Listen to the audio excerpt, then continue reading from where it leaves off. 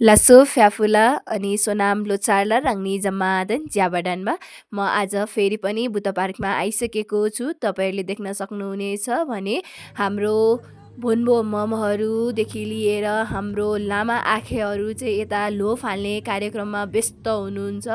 अनि त्यसपछि हामी चाहिँ यता कार्यक्रम गर्ने स्थलमा बसिरहेका छौँ।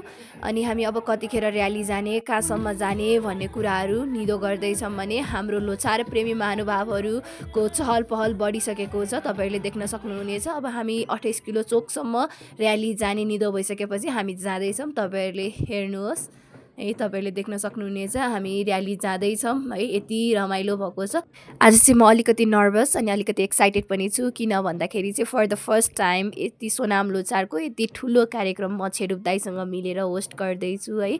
हुन त मैले सानो सानो प्रोग्रामहरू चाहिँ चलाइरहेको हुन्छु होइन, ओडा स्तरीय प्रोग्रामहरू चाहिँ चलाइरहेको हो, तर फर द फर्स्ट टाइम यसरी होइन यति ठुलो कार्यक्रम होस्ट गर्दैछु। त्यही भएर अलिकति नर्भस चाहिँ छु म, तर जे भए पनि म मेरो 100% दिन्छु। लेट्स लुक के हुन्छ होइन, अब जे हुन्छ देखा जाएगा। हामी चाहिँ यता 28 किलोसम्म र्याली गएर फर्किसकेको अवस्था तपाईँहरूले देख्न सक्नुहुनेछ।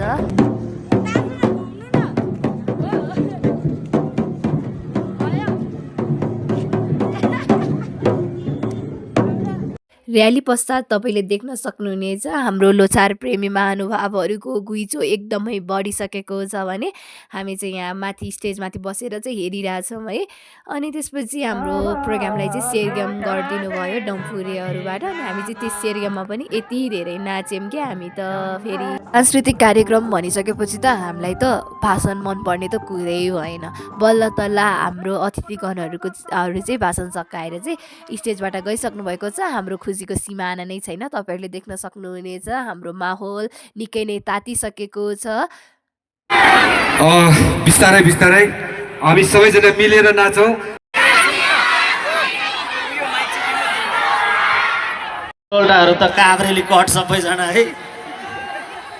ल सबैजना नाच्नुपर्छ ल।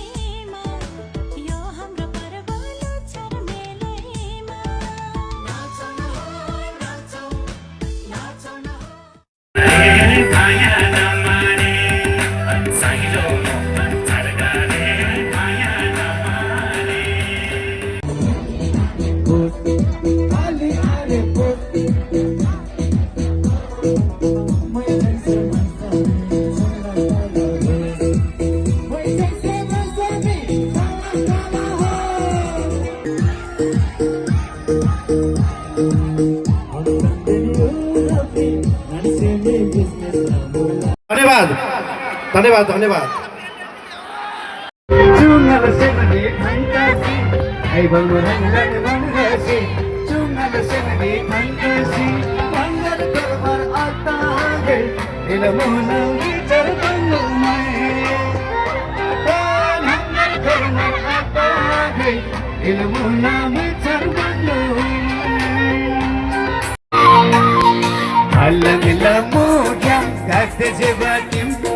Usukanesi halka bebanim